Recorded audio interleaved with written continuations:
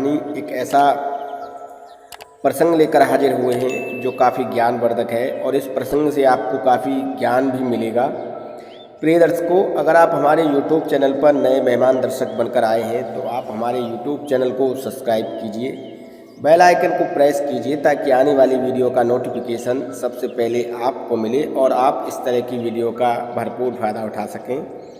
प्रिय दर्शकों, हम अपने चैनल पर प्रतिदिन आपके लिए नए नए प्रसंग लेकर हाजिर होते हैं, नई नई ज्ञानवर्धक चर्चाओं के साथ हाजिर होते हैं। प्रिय दर्शकों, हम उम्मीद करते हैं कि आपको हमारी वीडियोज़ अच्छी लगती होंगी। दोस्तों, अगर आपको हमारी वीडियो अच्छी लगती हों तो आप इन वीडियो को 10 लोगों तक ज़रूर शेयर करें ताकि वो भी हमारी वीडियो से काफ़ी ढेर सारा ज्ञान अर्जित कर सकें। प्रिय दर्शकों, आज हम इस वीडियो में बताएंगे कि बाती पूरी जल जाती है तो क्या होता है और अधूरी जलती है दीपक में तो क्या होता है।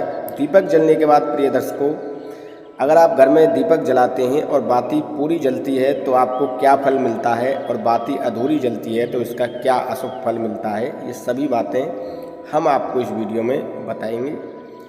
प्रिय दर्शकों, अगर आप अपने घर में एक दीपक प्रतिदिन जलाते हैं तो इससे सर्वोत्तम कुछ आपके जीवन में हो ही नहीं सकता। आपको अपने घर में एक दीपक प्रतिदिन जलाना चाहिए। ऐसा करने से आपके घर में सकारात्मक ऊर्जाएं प्रवेश करती हैं और नकारात्मक ऊर्जाएं आपके घर से बाहर हो जाती हैं।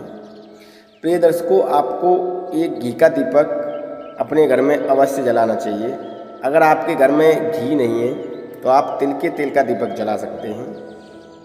प्रिय दर्शकों, अगर आप अपने घर में नहीं हैं, आपके घर में आपकी मौजूदगी नहीं है तो आपके घर में परिवार का कोई भी सदस्य मंदिर में दीपक जला सकता है। इसके अलावा प्रिय दर्शकों, अगर आप शाम के समय दीपक जलाते हैं तो इसे काफ़ी सर्वोत्तम माना गया है, क्योंकि सूर्य ढलने के बाद नकारात्मक ऊर्जाएं घर के अंदर प्रवेश करती हैं और अगर आप दीपक नहीं जलाते हैं तो नकारात्मक ऊर्जाओं का प्रभाव आपके परिवार में किसी भी सदस्य पर देखने के लिए मिल सकता है, जैसे स्वास्थ्य संबंधी डिप्रेशन। ये सभी चीज़ें आपके परिवार में किसी न किसी सदस्य को देखने के लिए मिलेंगी। प्रिय दर्शकों, अगर आप दीपक प्रतिदिन जलाते हैं, खास तौर पर आप शाम को हाथ मुँह धोकर दीपक जलाएं, तो आपके घर में धन और सुख की वृद्धि होती है। जिन घरों में दीपक नियमित नहीं जलता है उन घर के मुखिया को काफ़ी परेशानी हो जाती है, जैसे स्वास्थ्य संबंधी, नौकरी संबंधी, व्यापार संबंधी आदि तरह की परेशानियां घर के मुखिया के जीवन में प्रभावित हो जाती हैं। तो आप अपने घर में एक घी का दीपक या तिल के तेल का दीपक अवश्य जलाएं।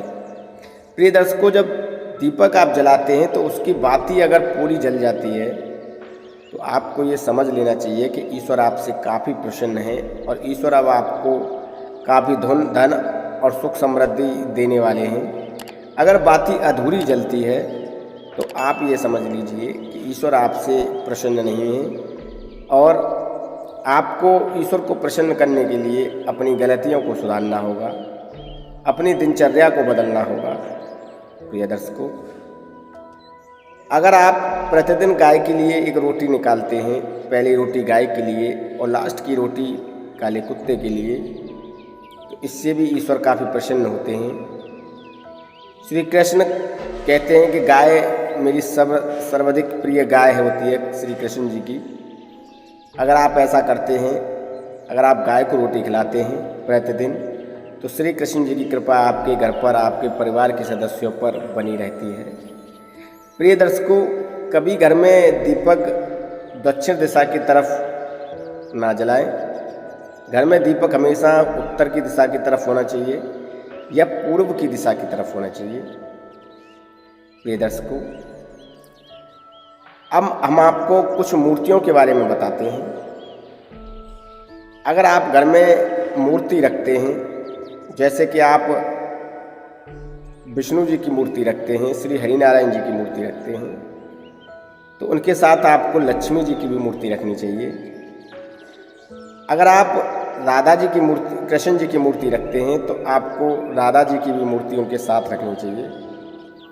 हमेशा जोड़े में मूर्तियाँ रखनी चाहिए। ऐसा करने से आपके घर में आपके परिवार के सदस्यों में एकता और प्रेम बना रहता है।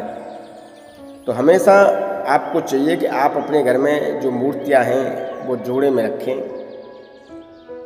प्रिय दर्शकों, अगर आप हनुमान जी की पूजा करते हैं तो आप हनुमान जी की मूर्ति रख सकते हैं अपने मंदिर में। अपने घर के मंदिर में आप हनुमान जी की मूर्ति रख सकते हैं, पर हनुमान जी की मूर्ति खड़ी नहीं होनी चाहिए। हनुमान जी की मूर्ति आपको बैठे हुए रखनी है। जब हनुमान जी बैठे हों उस अवस्था में आपको मूर्ति रखनी चाहिए। हनुमान जी के साथ प्रभु श्री राम की मूर्ति अगर आपके घर में होगी तो और उत्तम होगा। ऐसा इसलिए बताया गया है कि हनुमान जी जो हैं श्री राम जी के अनन्य भक्त हैं। अगर आप श्री राम की मूर्ति की भी पूजा करते हैं तो इसका भी आपको फल मिलेगा, क्योंकि हनुमान जी श्री राम जी के अनन्य भक्त हैं। इसके अलावा प्रिय दर्शकों, अगर आप घर में लक्ष्मी जी की मूर्ति रखते हैं तो उनके साथ आप गणेश जी की भी मूर्ति रख सकते हैं। गणेश जी रिद्धि सिद्धि हैं और सद्बुद्धि देने वाले हैं। अगर आप गणेश जी की प्रतिमा अपने मंदिर में रखते हैं तो आपकी बुद्धि का विकास होगा, आपको सद्बुद्धि देंगे भगवान श्री गणेश। भगवान श्री गणेश जी की मूर्ति का मुख द्वार की तरफ होना चाहिए। इसके अलावा प्रिय दर्शकों, अगर आप अपने घर में आपने अपना वैवाहिक जीवन शुरू किया है, आपने अपना एक नया वैवाहिक जीवन शुरू किया है, तो आपको चाहिए कि आप अपने शयन कक्ष में हनुमान जी की मूर्ति ना रखें, क्योंकि हनुमान जी ब्रह्मचारी हैं।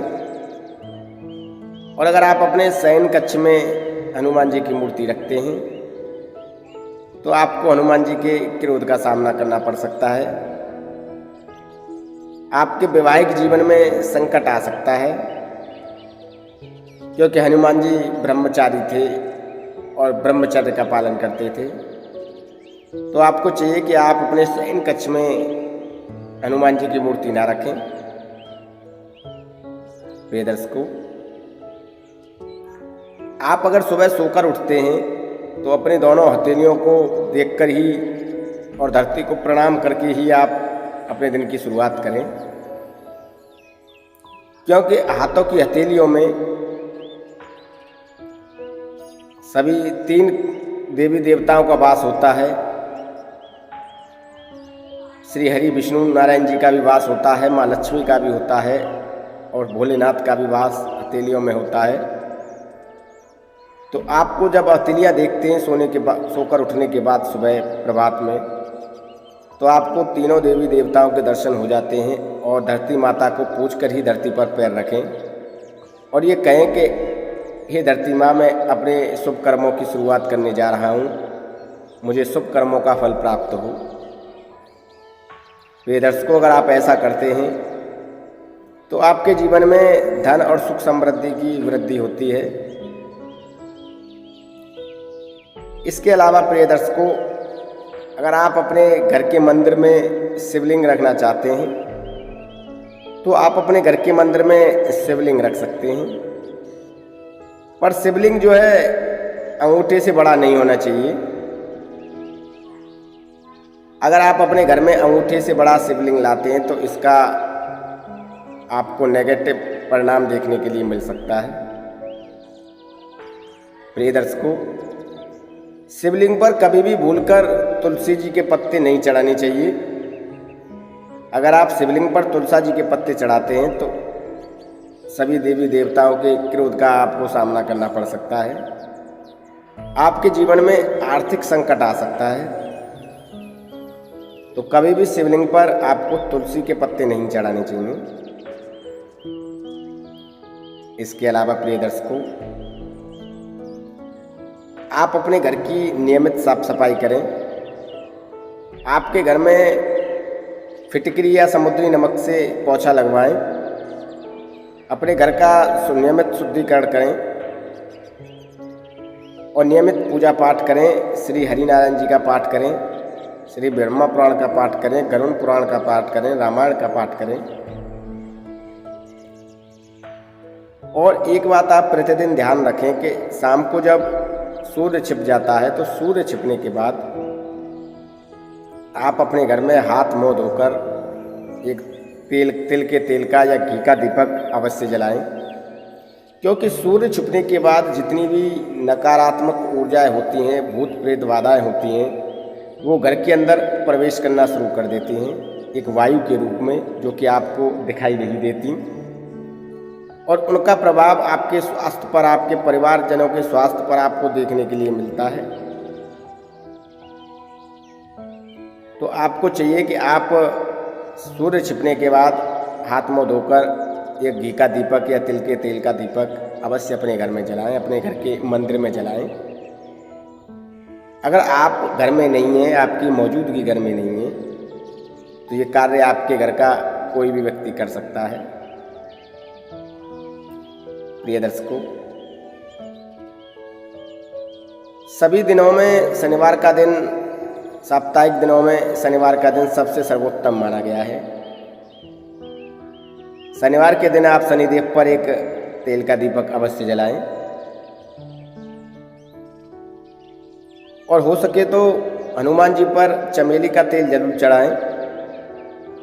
पीपल की जड़ में आप तेल का दीपक जरूर जलाएं, और अगर हो सके तो आप काले तिल का दान अवश्य करें।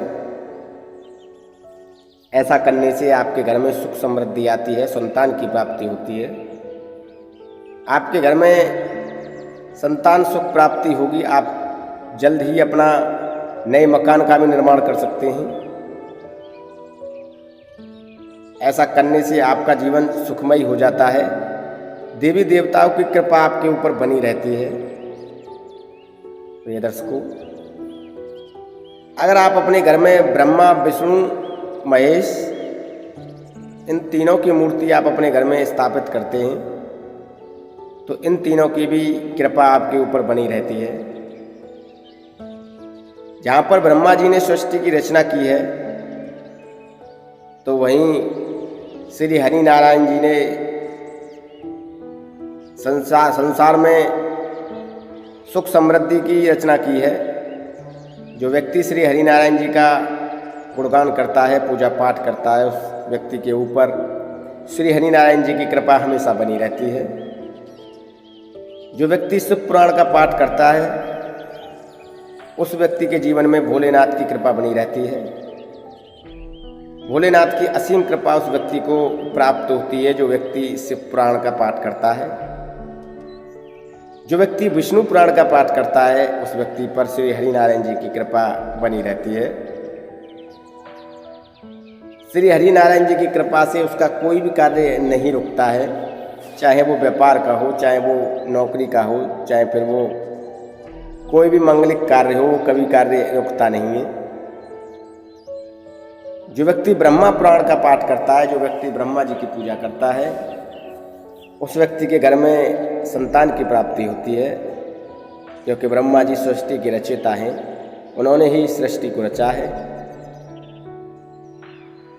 प्रिय दर्शकों, ये थी कुछ ऐसी महत्वपूर्ण बातें जो मैंने आपको इस वीडियो में बताई हैं, और आपको ये सभी बातों का पालन अवश्य करना चाहिए। प्रिय दर्शकों,